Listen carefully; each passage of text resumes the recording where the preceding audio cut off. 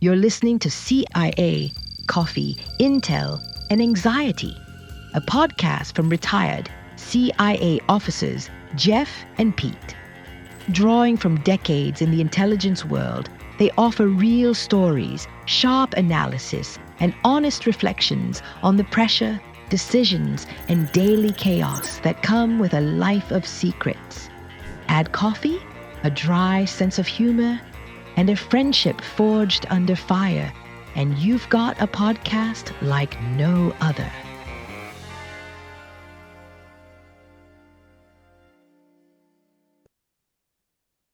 Hey, everybody, welcome back to another episode of CIA Coffee, Intel, and Anxiety. Hi, Jeff, how are you doing today? Which one fits the best? You got your coffee cup. Got my coffee I right don't, I don't know here. if I have much intel, so maybe today it's a little bit of anxiety. I don't know. It's a Monday, But so yeah, I feel lots of anxiety. it's kind of like it's counterintuitive because if you have anxiety and you drink coffee, I would think it brings on more anxiety. So I really don't know. Maybe we're this hamster. You get that hamster that's in that sort of what do you call that thing? It goes round and around and around and around, Yeah, just I can't know get out. exactly the wheel that they're running in. Uh, Yeah, I mean, I don't know. Maybe we're sort of self-inducing this problem we on had lots of ourselves. So practice doing that. I'm going to try drinking less coffee today. Maybe my anxiety level will drop and maybe I can focus more on Intel. I don't know. But Jeff, I'm so excited today because today we are pulling back the curtain of how we both, became CIA officers and basically, how we were recruited into the organization and kind of like what skills we had maybe that made us attractive to the agency, what skills we had to learn to be effective case officers. I think this is going to be a real interesting episode for many of our listeners because I'm sure you get the same thing. So often when I'm going out giving presentations, because both of us, right, we're out there, we're giving presentations and conferences, and a lot of times people will come back to us and they're young people, and it's really cool. It's really cool when young people come up to me and they say, hey, it's such a fascinating career. How did you get into the CIA? And I say, well, get a cup of coffee. We can have a good half-hour chat on this because it's a really interesting process. I'm sure you get that same comment also, right? Question.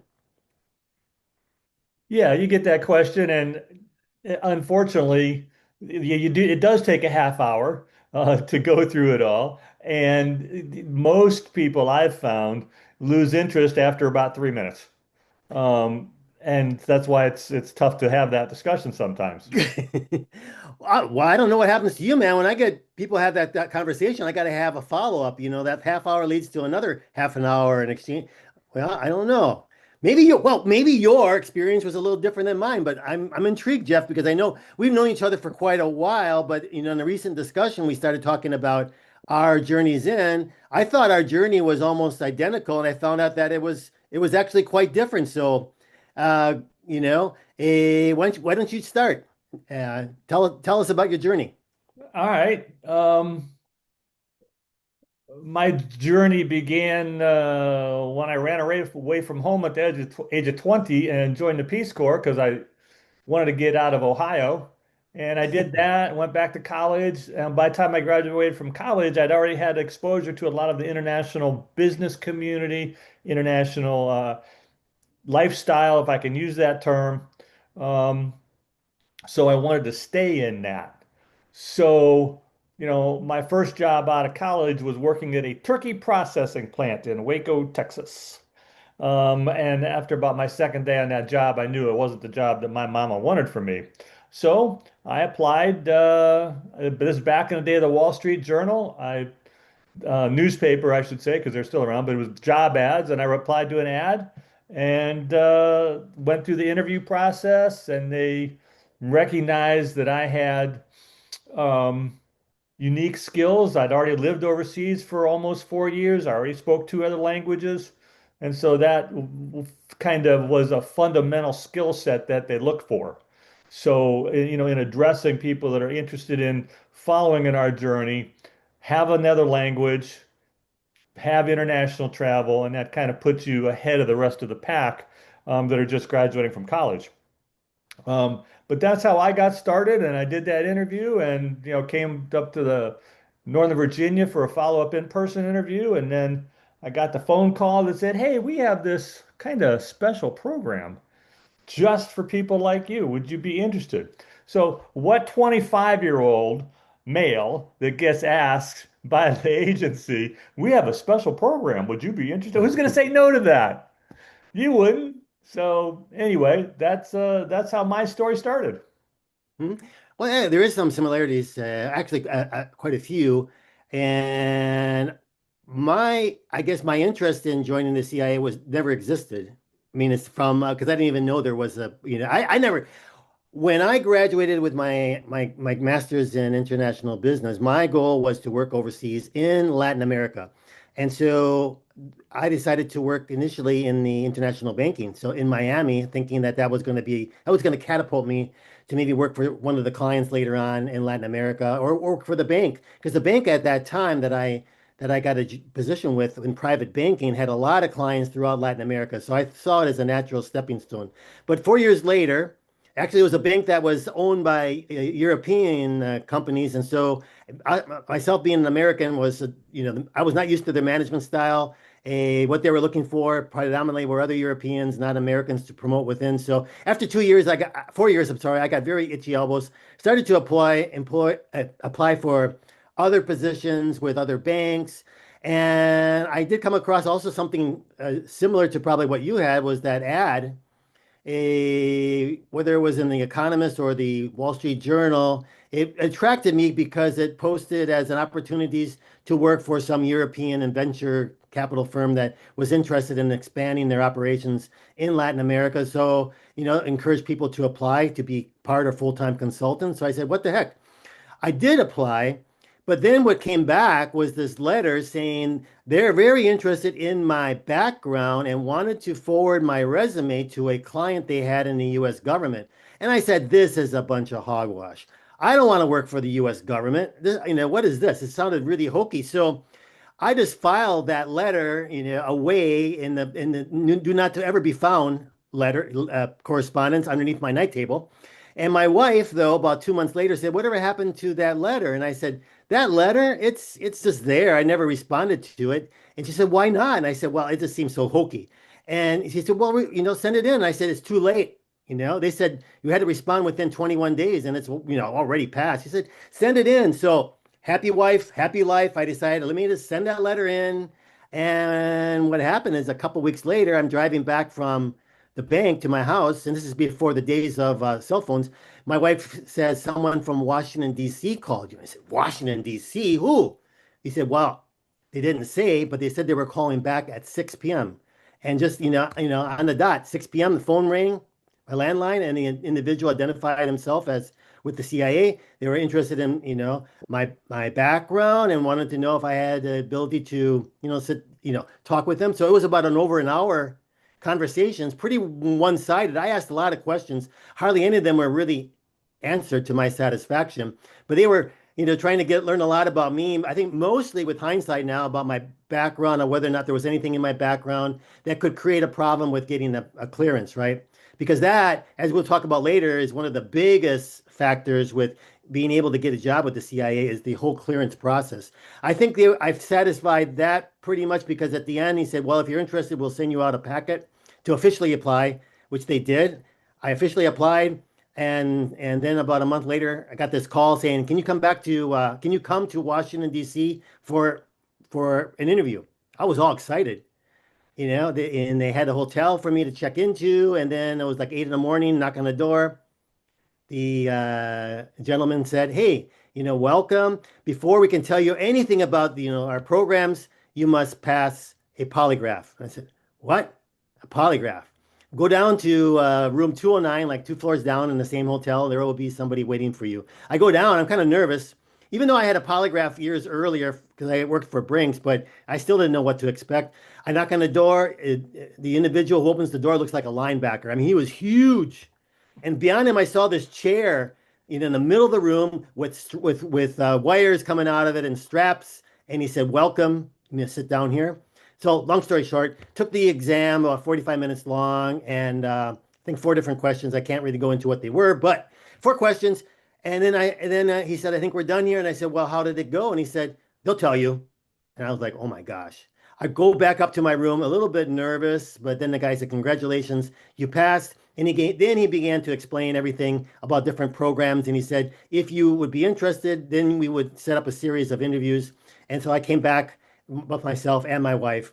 And yeah, I could go on and on and on with the story. Maybe at a later date, I'll go into some of the strange things that happened during the entire recruitment process. But that's how they got the hook into me initially. It wasn't like that movie. What was that movie that Al Pacino was in? I think it was called The Recruit or something. They're showing this Yeah, guy the try, recruit. I mean, that's a very interesting movie, especially even how the training was conducted, at the farm. We're going to talk about that. But yeah, the reality was very, very, very different. Well, my Um, process was a lot more fun than yours was, I think, because after I submitted my resume, then I get a phone call. I'm still working at the turkey processing plant in Waco, and my boss comes to me and says, somebody from the federal government is doing a background investigation on you. What's that all about? They didn't know I'd applied for another job.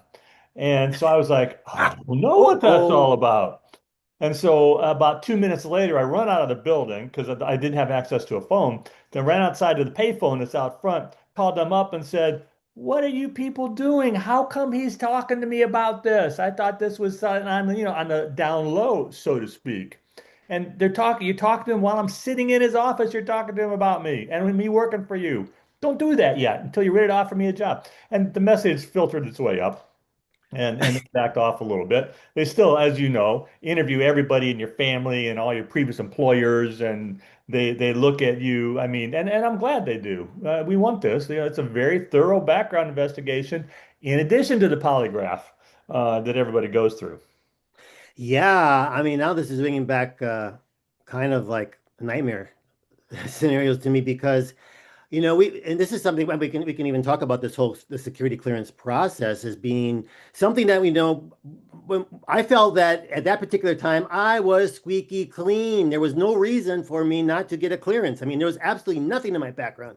I mean, there are things that they have to adjudicate, right? Basically, with issuing that security clearance, they are determining whether or not the U.S. government can take on the risk of giving you, clearance and giving you access to classified information. And so they're going to weigh everything that they see, It doesn't mean, I mean, we nobody is absolutely entirely squeaky clean. There's always going to be something in your background, and they're going to see, is that something that's a showstopper? Okay.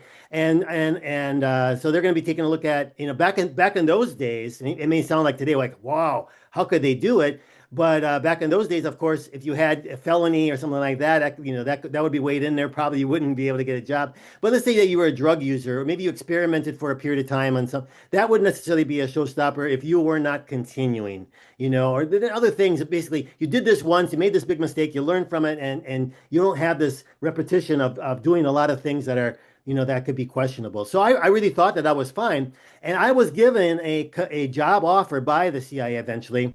And I was told a couple of things. First of all, training is going to start in January, but it's going to be subject to getting the security clearance. And I said, well, why hasn't this already happened? We said, well, it's in process. And so I was going through I was sure I was going to get the security clearance. So I was going about taking care of all the things I needed to do, like rolling up my job, and I had a house and I needed to get that rented out. I needed to start making plans of how I was going to move. In fact, my wife and I were in the moving truck. We decided to do this on our own for financial reasons. We got our U-Haul. We were moving up to Northern Virginia. We even got a friend, a really close friends of ours, that would let us stay at their house for because the next day I was going to go sign the contract for the apartment. But I didn't have the security clearance yet. Every day I was calling my restaurant to say, hey, what's the status? We're still waiting. We're still waiting. And the problem was they would not give us the name of our employer. The employer that we put on our documentation would not be CIA. It would have to give us a name of they call it a devised facilities, basically like an LLC, something that they could, pay us through. And that would be the name of the company that we would be using, at least initially, for our employment. And I couldn't, they wouldn't give me that name until I had my clearance. So my friends would say, well, who are you going to work for? And I said, well, I know I am a little bit what do you call what's this term when you're a little bit cautious, you're superstitious. I don't want to say until the day I start. And they're like, this guy is weird, you know. And it was the next morning when finally at 8 a.m. I got the telephone call saying, congratulations, you got the clearance and this is the name of the company. And then, half an hour later, I went up for my taking care of my apartment so we can move in. It was crazy. But that security clearance is one of the probably the biggest factors of things that weed out people that want to join and get through, start the application process, but can't get the security clearance. Would you agree with me, Jeff? Yeah, it's a very, very long, tedious procedure. And when you compound that with less than rocket scientists being the ones that help us transition, it does make it a challenge because I know that I had everything in place. I rented a truck. My brother was with me down in Texas. We loaded it all up, a U-Haul truck, and drove up to Virginia because, I've been given an offer. And so I show up at my apartment and say, "Hi, I'm here for my apartment," which I'd already gone through the rental process. They said, "Yeah, there's a little problem. We can't verify your employment." What do you mean? That's one of those things where then again, you run outside, you go to the nearest payphone and say, "Why can't they verify my employment?" Oh, okay, we'll fix it. So again, yeah, I go back there and they're like, "Oh, okay, we got your employment verified." So it's just silly things like that that can sometimes cause bumps in the road. But didn't it cause for you a little bit of a like, I'm entrusting sort of my career and maybe my family, with these people. And if we can't take care of a simple thing like this, you wonder, what other surprises are, And I mean, just go back a second, during the interview process, it was great because my wife was with me and we had this interview. But one particular day, we had to go for our medical, kind of like a physical for a medical clearance as well.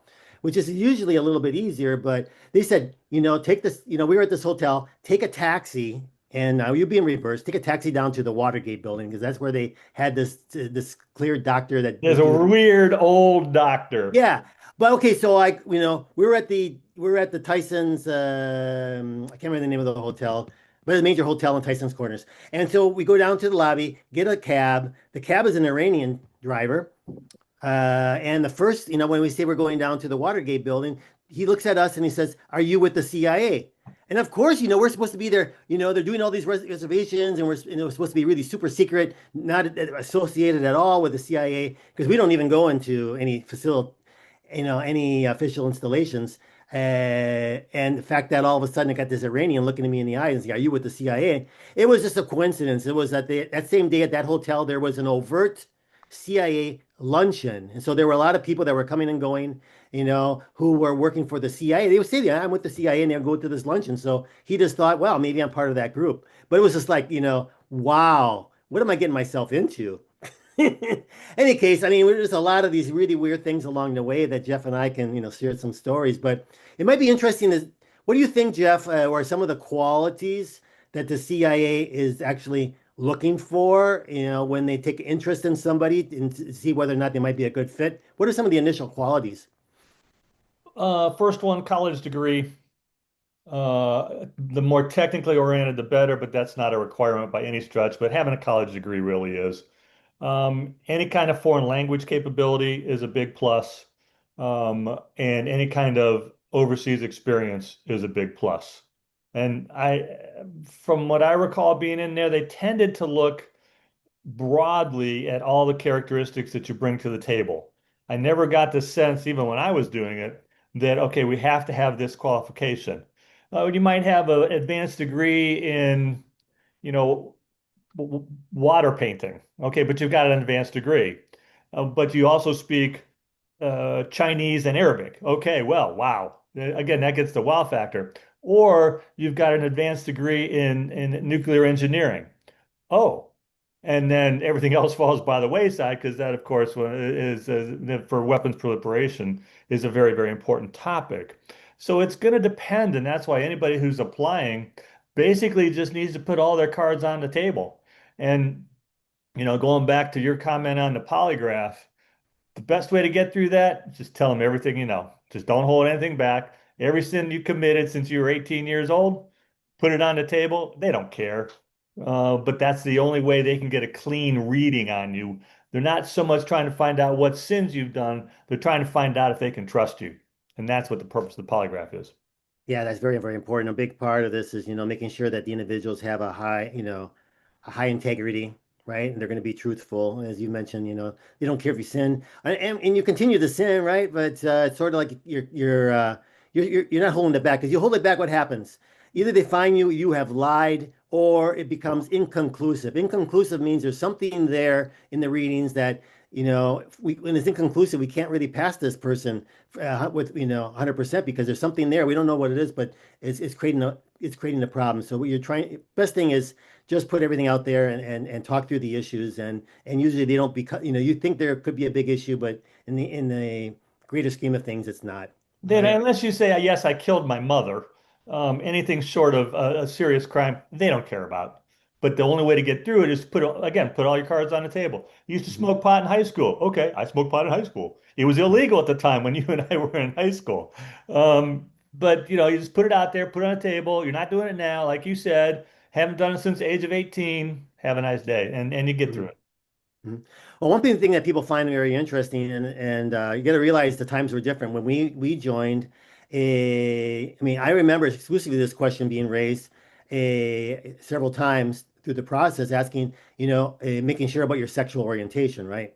And understand because back in the day, being anything other than heterosexual was considered being in the closet, and you could potentially be blackmailed by somebody if that person knew and they tried to expose you, that could create a big security issue. So back then, if you were anything other than heterosexual, a lot of times that could disqualify you based on that. But that has changed. I'm not aware of that being an issue at all any longer. So it's just understand what they're trying to do. The agency is trying to protect itself. You want to make sure that the officers of the agency also can protect themselves and that they will not be subject to or vulnerable to any sort of blackmail that could happen, right? So that's the big reason why they're. I think some of the things you mentioned regarding this, coming in with your background are spot on. Having those foreign languages is helpful, but if you don't have that foreign language, it's not a showstopper either because you can obtain that. They will provide you with training if you need it.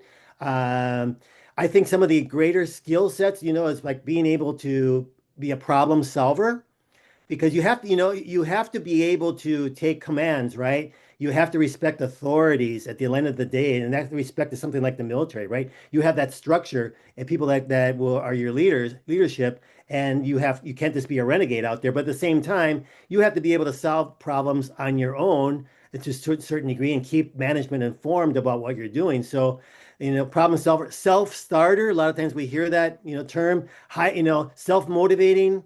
Being able, this is the one I really like because it's true and it sounds kind of weird, but being able to deal with ambiguity. Would you agree with that, Jeff? You had to deal with ambiguity in your career? The bottom line I've told people is if you can't deal with 80% or less of information when you're making active decisions, then the case officer route is not for you. Perhaps you would be better off as an analyst, where they can sit and collect 100% information.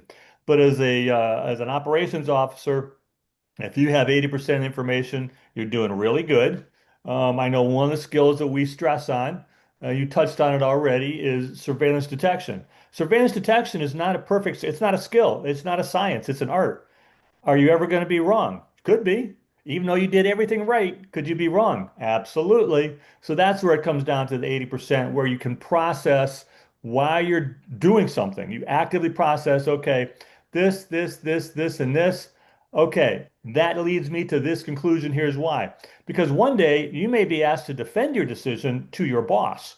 And if you can't say, I considered this, I considered this, I considered this, and that's why I made the decision. And then you're Mhm. you're golden. No one's going to second guess you. That was one of the beauties of this organization that I remember very closely. You make decisions in the field. It is your decision. You base it on something, okay. And then when you go back and you write it up and you send it in and you say, this is the decision that I made. This was the problem. This was my solution. Have a nice day. All you're really doing is documenting it for the record. Hmm. Hmm. I never once had them come back and say, well, why didn't you do this instead? Never once. That doesn't Yeah. mean you won't have discussions when you're back at headquarters and you can talk these things through, but never once via email traffic did they ever question what I did. Mhm. And that's, I think, another important skill we need to really emphasize here is the writing, analytical and Absolutely. writing skills. Even though the agency has its own particular sort of writing, for its reports writing, for its intel writing, it's very specific, and that's something you have to learn on the job. But being a good writer, you can't depend on ChatGPT, my friends. I mean, the writing skill is very, very, very important. And if you're a poor writer, either that's going to be detected during the interview process, or during the initial months or years into your career, and if you don't develop good writing skills, you probably won't be very successful in this career. All right, so we're going to, at our next session, we're going to talk a little bit about how you get recruited into the CIA or apply to join the CIA and what they're looking for as far as skill sets go. Pete, what do you think of that? No, I think that's really good because you get a lot of individuals. Not everybody gets called, gets a telephone call like we did. So people want to learn about how they can apply, what can make themselves look more attractive to a potential CIA recruiter as far as what they could be studying or what courses they might take, etc. And then beyond that, though, we're going to be going into the topic of something that I think is going to be really, really cool. We talked about this earlier that we're going to eventually get to it. Is going to be the CIA individuals who sort of fabricate having had a career in intelligence and using that to defraud people, or those that have had careers with the CIA, but they embellish their careers once again to better position themselves, maybe to whether it's defraud people or try to sell their products and services, you know, selling themselves beyond more of what it's kind of like almost like stolen valor, right? We'll talk Mhm. about that, and then we're going to get into the nitty gritty about what we did for our career, spotting, assessing, developing, and recruiting and handling sources, and how elicitation plays into that. So we're going to get really, really deep into the art of spycraft. Okay. And those are going to be some great episodes because I know we both have years of experience doing it. Sometimes we did it successfully, sometimes not so successfully for any number of reasons. Mhm. So I think people are going to really enjoy those episodes. What is the name of your book? Human for Humanity. I happen to have it right here. Okay. Excellent. Excellent book. And it gives into a lot of detail. You can learn a lot more about Jeff and Jeff's journey by reading that book. And myself, I wrote Confessions of a CIA Spy, The Art of Human Hacking, which talks about some specifically the methodologies that we used, Jeff and I both used in the CIA, and how I apply it today in helping organizations. And the second book, dedicated to seniors, Why Are You Messing With Me? A senior privacy senior guide for privacy, security, and safety. So, what's the last final word, Jeff? Until next time, stay safe. Okay. Take care.